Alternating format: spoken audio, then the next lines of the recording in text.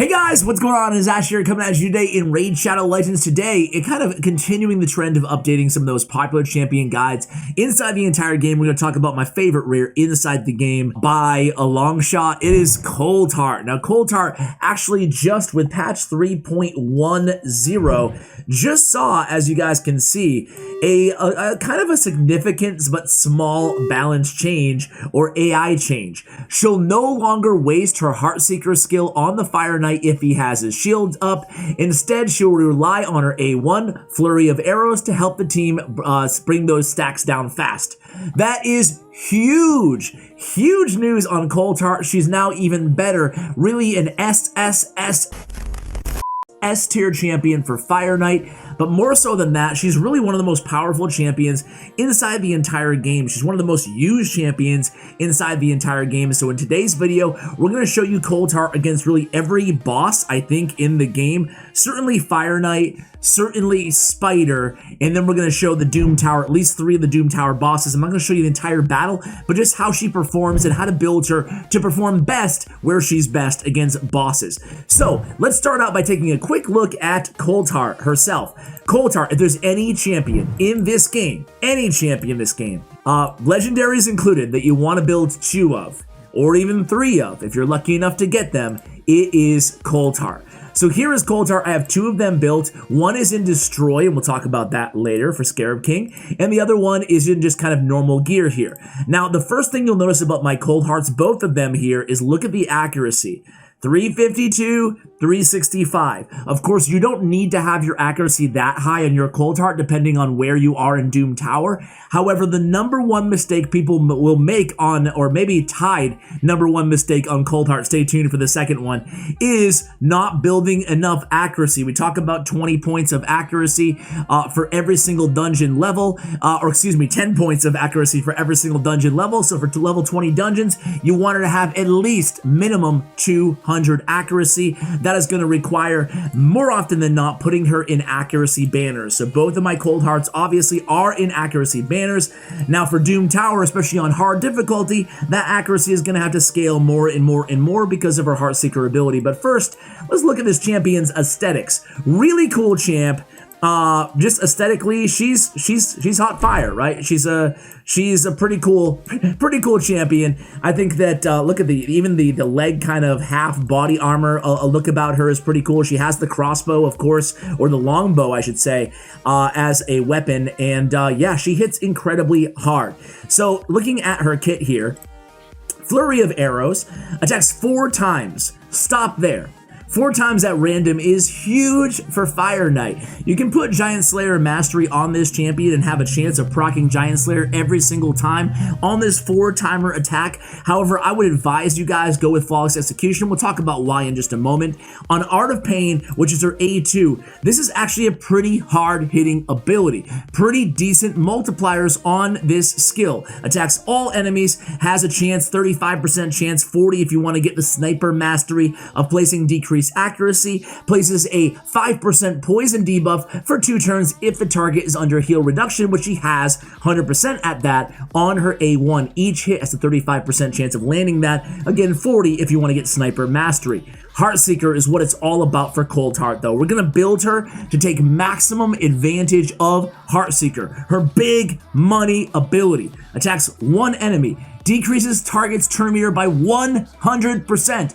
Has an extra 30% chance of inflicting a critical hit, and damage increases according to enemy max HP. You guys are going to see some insane numbers by these Coldhearts in today's video. I'm going to run a couple dungeons with 2 Coldhearts and some dungeons with 1 Coldheart for you guys. Let's talk about Masteries. Now, again, on Heartseeker, this decreased target's turn meter needs accuracy. So, forget about the heal reduction, forget about the decreased accuracy, which is helpful, by the way, on spiders. Decreased accuracy on the spiderlings, of course, is going to help you out, but really it's all about the decreased target's turn meter. That's why we need that accuracy on our Coldhearts, okay? So Masteries, this is how I have my Coldhearts built out, guys. I went down to Flawless Execution. Now, Flawless Execution is a mastery that I do not advise you guys use, except for on champions that do damage based on enemy max HP, because 20% extra crit damage As you guys can see, I'll move myself out of the way here. 20% extra crit damage actually exponentially affects these champions because they're hitting for over 1,000,000 damage on bosses. So having that extra 20% on their critical damage is going to be great given the multipliers of their attacks. So I prefer Flawless Execution, but of course, if you don't want to go in that direction, that's totally fine. Go Giant Slayer on your Coldheart. And then on the support tree as well, the extra accuracy is helpful. You get the pinpoint accuracy, and then you get the charge focus, and then you could go with Swarm Smiter as well. As a matter of fact, I think that you can make the case to Arcane Celerity or War Master, or Swarm Smiter would be good options, or you can just grab both and sacrifice on Whirlwind of Death. So really, there's a lot of options here. As we always talk about on this channel, guys, go with what works for you. Go with what makes sense given the build that you have on your champion and the champions surrounding them. Lore of Steel, for example, on this champion makes no sense, right? So I put the Destroy gear on her, and I don't want to pay the 150 gems to redo my Masteries. But if I wanted to have perfection on this Coldheart, I would take Lure of Steel off. There's no reason to have a useless Mastery. Instead, I would grab Evil Eye for this champion. So again, guys, even my Masteries, do not blindly copy paste any YouTuber, website, anything. Think about these Masteries. Take 2 seconds to read your Masteries before, making those decisions for yourself. If you're gonna have 3 speed sets on your Coldheart, or whatever, 3 attack sets, or 3 anything, basic artifact sets, of course grab Lore of Steel. If you're not, then don't grab it. On my other Coldheart, let's see if I have even the same Masteries. I don't even know. Let me see. We do have Flawless on this champion. Yeah, we have the same Masteries on this champion as well, on this Coldheart. In this Coldheart, well, she has a crit rate and a speed set, so it makes a little bit more sense to have that Lure of Steel on her. So in terms of artifacts on your Coldheart, right? And I made a whole video about this, and it stands true. Do not prioritize. This is the second mistake people make when building out Coldheart. First of all, you want her accuracy at least 70%. I have 75 on my Coldheart because obviously her A1 and her A2 are predicated on having, if you want to land those debuffs and those critical hits, 100% critical rate. However, there's an extra 30% chance on her Heartseeker, so I think the bare minimum needs to be 30% on your Coldheart because that's where 90% of her damage is coming from against bosses anyway, okay? Against waves, most of her damage is actually coming from her A2. However, for me, I really want to maximize my critical damage on my Coldheart. Now, way back in the day, I had my Coldheart in 300 plus crit damage, both of my Coldhearts, but I had to change them around a little bit to prioritize accuracy as we scaled up in difficulty on Doom Tower. Not the end of the world. To be totally honest with you guys, making a little bit of a sacrifice for crit damage to build some accuracy, it affected her damage output, certainly. I moved from 1.6 to 2 million shots against the spider to 1.4 to 1.8 million. But at the end of the day, I'm still getting the job done, and I'd rather have that consistent turn meter depletion on my Coldhearts. Now, what about attack? Attack does not matter as much as you think because the Heartseeker ability, her big damage ability, is really predicated on enemy max HP and, of course, her critical damage. So as long as you have the 70% crit rate, you just want to stack as much crit damage as humanly possible on your Coldheart. Attack does not matter on her A3. It only matters on her A2 and her A1. So for that reason, don't be afraid. If your Coldheart is dying, do not be afraid to put your Coldheart in an HP percentage or in a defense percentage chest piece. Don't be afraid to do it. It's not that big of a deal. You'd rather have her stay alive and have her consistently land the decreased turn meter and still do a ton of damage on her A3 than putting her in attack percentage chest piece just to get a little bit more damage out of her A1 or A2, okay? So again, critical damage and accuracy are gonna be your 2 biggest priorities after you build out a 70% crit rate on your Coldhearts. After that, of course, speed, kind of the usual stuff that you like to see. So I have crit damage certainly on the gauntlets on both of these champions. And again here, guys, gauntlets, you really got to try to go crit damage if you have the artifacts. If you don't, it's okay. Just build to that in time. It should be kind of a long goal for you to transition out of critical rate on the gauntlets and into critical damage on your Coldheart gauntlets. And then, you know, looking for critical rate on the substats of the rest of your artifacts. So I actually have accuracy on, I think, the chest on both of these champions. That's another beautiful thing that gives you guys the luxury, not, you know, marrying yourself to the idea that you have to have attack percentage on your chest.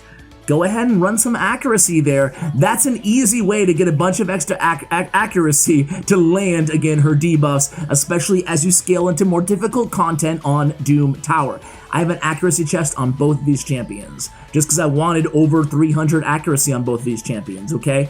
Speed on the boots, and then again, we talked about it. We're looking for attack percentage, accuracy, speed, and critical damage as substats. And we could even stand to upgrade some of this gear a little bit on this Coldheart, although the shield has 18% on the crit damage. In terms of the accessories on Coldheart, again, don't be afraid to go with defense or HP if your Coldheart is ever dying. Don't be afraid to do it on the ring. Critical damage is going to be a must on the amulet. Look for critical damage that actually has an accuracy, a good accuracy roll if you can. I'm going to go ahead and glyph this up a little bit, help us out.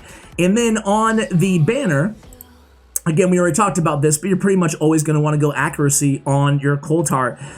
Especially with Doom Tower now, you can never have enough accuracy. So that's how I built out both of my Coldhearts. Again, one is in Destroy, specifically for the Scarab King of Doom Tower. She is, just like Armiger, Coldheart's a great champion, a great option to put in a Destroy gear, decrease enemy max HP by 40% of the damage dealt while she's dealing 1,000,000 damage. So that's 400,000 max HP depletion per Heartseeker hit. That's going to be extraordinary in terms of getting that max HP down so you can do full damage to the Scarab King, okay? So that is how we have her built. Now let's go ahead and try her out. Let's start in an area where she's just incredible. Spider's Den, she's really great everywhere, but this is my main spider team. And again, guys, I apologize. This is going to be a, you know, end game team, obviously, but let's talk about the roles and what you guys can kind of build to for your Coldheart. So we have a debuffer on this team. I'm gonna make myself a little bit smaller here. Man, I hope I pull a Coldheart on my my free-to-play account. I really hope I do, because she's such a game-changing champion. I love this champion, man. So anyway, I haven't seen her. Okay, she's gonna prioritize Heartseeker after these Art of Pains go down first. And we can see we're landing a few of those decreased accuracies on the Spiderlings as well. And check out the damage. She's gonna go, there's 1.9 mil, and then 1.7 mil. There we go. That is my auto spider team. And again, the roles on this team, I have 3 nukers, 3 max HP nukers. So Coldheart, Royal Guard, Armiger's another option for you guys out there. You can't really run Husk in Spider's Den because he is a max HP champion, but it's an anti-affinity on level 20, but he can help you out on level 19.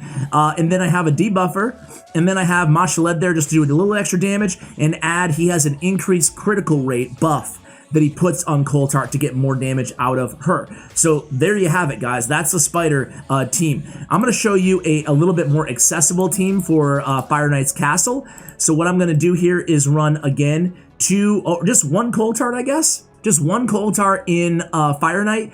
I have, I'm actually going to take out Rector Draft. He was there for a guide that I put out a couple days ago. Really impressed with that champion.